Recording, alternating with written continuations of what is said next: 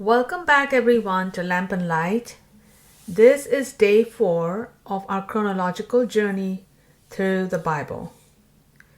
Yesterday, we finished reading Genesis chapters 8 through 11, where humanity begins again after the flood and spreads across the earth. Today, we are going to move into the book of Job and read chapters 1 through 5. And that jump may feel unexpected, but chronologically, Job is believed to have lived during the time of the early patriarchs, possibly even before Abraham. And the world of Job fits closely with the era we've just read about in Genesis, a time before the law of Moses, before Israel as a nation, and when people related to God through personal faith and sacrifice. And so it will be very pertinent for us to actually step into Job at this point in time. And as we read Job chapters 1 through 5, we will take a profound look at faith, suffering, and trust when life feels undeservedly painful. And reading Job here would help us understand something important, like, questions of suffering, faith, and trust in God have existed from the very beginning of human history. As we read today, we will encounter a righteous man, Job, and the story goes that he suffers sudden and overwhelming loss, seemingly without any explanation. So as we read, we are invited to wrestle with a very hard but honest question. Can faith endure when understanding is absent? So let's listen carefully and let God's word speak into the quiet places of our hearts. Let's begin with a short prayer. Lord, as we open your word today, give us hearts that trust you even when answers are not clear. May your truth guide us and strengthen our faith. And may your word be a lamp unto our feet and a light unto our path. Amen. So starting in Job chapter 1, there was a man in the land of Uz whose name was Job. And this man was blameless and upright, fearing God and shunning evil. He had 7 sons and 3 daughters, and he owned 7,000 sheep, 3,000 camels, 500 yoke of oxen, 500 female donkeys, and a very large number of servants. Job was the greatest man of all the people of the East. Job's sons would take turns holding feasts in their homes, and they would invite their 3 sisters to eat and drink with them. And when the days of feasting were over, Job would send for his children to purify them, rising early in the morning to offer burnt offerings for all of them. For Job thought, "Perhaps my children have sinned and cursed God in their hearts." This was Job's regular practice. One day the sons of God came to present themselves before the Lord, and Satan also came with them. "Where have you come from?" said the Lord to Satan. "From roaming through the earth," he replied, "and walking back and forth in it." Then the Lord said to Satan, "Have you considered my servant Job? For there is no one on earth like him, a man who is blameless and upright, who fears God and shuns evil." Satan answered the Lord, "Does Job fear God for nothing? Have you not placed a hedge on every side around him and his household and all that he owns? You have blessed the work of his hands, and his possessions have increased in the land. But stretch out your hand and strike all that he has, and he will surely curse you to your face." "Very well," said the Lord to Satan, "everything he has is in your hands, but you must not lay a hand on the man himself." Then Satan went out from the presence of the Lord. One day, while Job's sons and daughters were eating and drinking wine in their oldest brother's house, a messenger came and reported to Job, while the oxen were plowing and the donkeys were grazing nearby, the Sabeans swooped down and took them away. They put the servants to the sword, and I alone have escaped to tell you. While he was still speaking, another messenger came and reported, "The fire of God fell from heaven It burned and consumed the sheep and the servants, and I alone have escaped to tell you." While he was still speaking, another messenger came and reported, "The Chaldeans formed 3 bands, raided the camels, and took them away. They put the servants to the sword, and I alone have escaped to tell you." While he was still speaking, another messenger came and reported, "Your sons and daughters were eating and drinking wine in their oldest brother's house, when suddenly a mighty wind swept in from the desert and struck the 4 corners of the house. It collapsed on the young people, and they are dead, and I alone have escaped to tell you." Then Job stood up, tore his robe, and shaved his head. He fell to the ground and worshipped, saying, "Naked I came from my mother's womb, and naked I will return. The Lord gave, and the Lord has taken away. Blessed be the name of the Lord." In all this, Job did not sin or charge God with wrongdoing. Chapter 2. On another day, the sons of God came to present themselves before the Lord, and Satan also came with them to present himself before him. "Where have you come from?" said the Lord to Satan. "From roaming through the earth," he replied, "and walking back and forth in it." Then the Lord said to Satan, "Have you considered my servant Job? For there is no one on earth like him, a man who is blameless and upright, who fears God and shuns evil.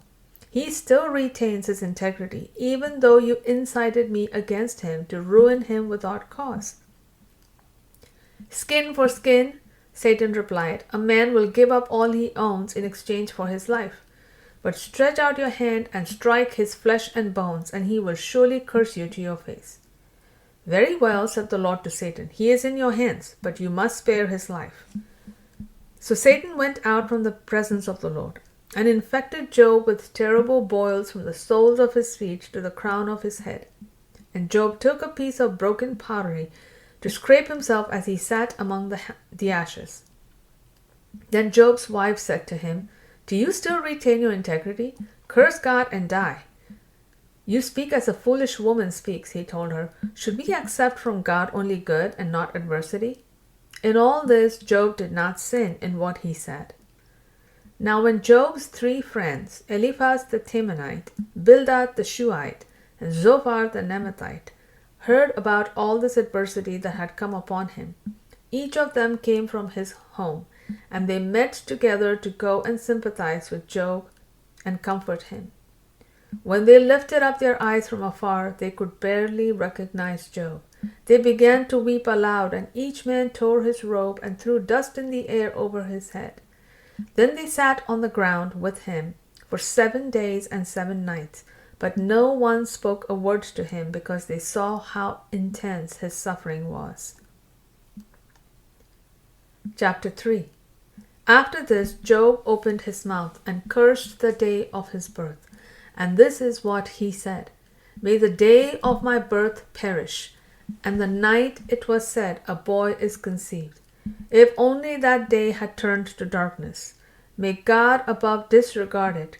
May no light shine upon it. May darkness and gloom reclaim it, and a cloud settle over it. May the blackness of the day overwhelm it. If only darkness had taken that night away. May it not appear among the days of the year. May it never be entered in any of the months. Behold, may that night be barren. May no joyful voice come into it. May it be cursed by those who curse the day, those who prepare to rouse Leviathan. May its morning stars grow dark. May it wait in vain for daylight. May it not see the breaking of dawn. For that night did not shut the doors of the womb to hide the sorrow from my eyes. Why did I not perish at birth? Why did I not die as I came from the womb?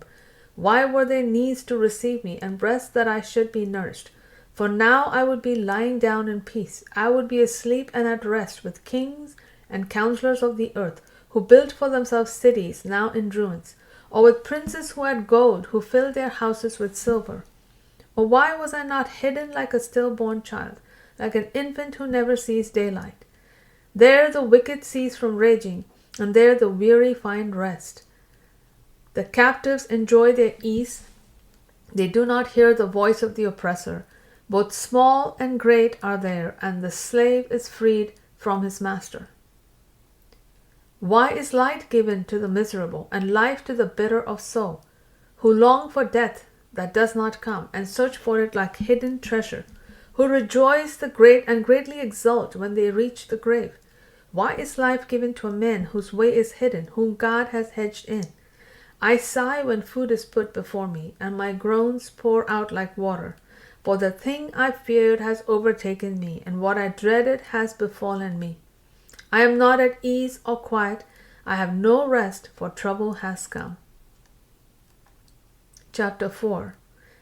Then Eliphaz the Temanite replied, If one ventures a word with you, will you be wearied? Yet who can keep from speaking? Surely you have instructed many, and have strengthened their feeble hands. Your words have steadied those who stumbled. You have braced the knees that were buckling. But now trouble has come upon you, and you are weary. It strikes you, and you are dismayed. Is your reverence not your confidence, and the uprightness of your ways your hope?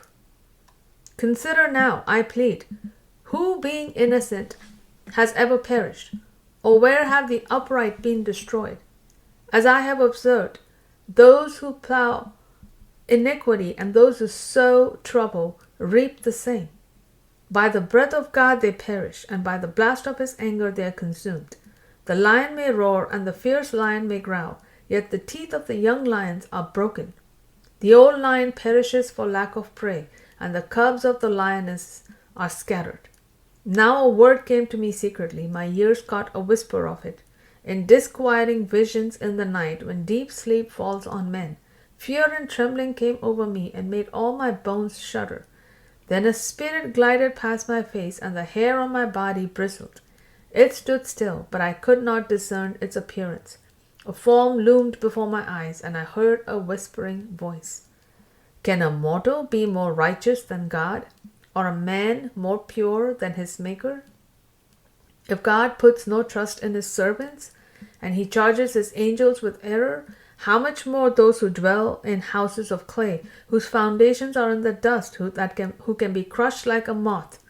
They are smashed to pieces from dawn to dusk, unnoticed. They perish forever. Are not their tent cords pulled up, so that they die without wisdom? Chapter 5. Call out if you please, but who will answer? To which of the holy ones will you turn? For resentment kills a fool, and envy slays the simple. I have seen a fool taking root, but suddenly his house was cursed. His sons are far from safety, crushed in court without a defender. The hungry consume his harvest, taking it even from the thorns, and the thirsty pant after his wealth. For distress does not spring from the dust, and trouble does not sprout from the ground. Yet man is born to trouble as surely as sparks fly upward. However, if I were you, I would appeal to God and lay my cause before him, the one who does great and unsearchable things, wonders without number. He gives rain to the earth and sends water upon the fields. He sets the lowly on high so that mourners are lifted to safety. He thwarts the schemes of the crafty so that their hands find no success. He catches the wise in their craftiness and sweeps away the plans of the cunning. They encounter darkness by day and grope at noon as in the night. He saves the needy from the sword in their mouth and from the clutches of the powerful. So the poor have hope, and injustice shuts its mouth. Blessed indeed is the man whom God corrects. So do not despise the discipline of the Almighty. For he wounds, but he also binds. He strikes, but his hands also heal. He will rescue you from 6 calamities. No harm will touch you in 7. In famine he will redeem you from death, and in battle from the stroke of the sword. You will be hidden from the scourge of the tongue, and will not fear havoc when it comes. You will laugh at destruction and famine, and need not fear the beasts of the earth. For you will have a covenant with the stones of the field, and the wild animals will be at peace with you. You will know that your tent is secure, and find nothing amiss when inspecting your home. You will know that your offspring will be many, your descendants like the grass of the earth. You will come to the grave in full vigor, like a sheaf of grain gathered in season. Indeed, we have investigated, and it is true. So hear it and know for yourself. So we hear See here, folks, in Job 1 to 5, that faith is not proven in comfort, but in trust. When suffering arrives without explanation, even in the midst of the pain, God remains present. Job's story teaches us that honest questions can coexist with faithful hearts. And even in seeming silence, God is still at work. We will explore more again tomorrow in day 5. And until then, be blessed.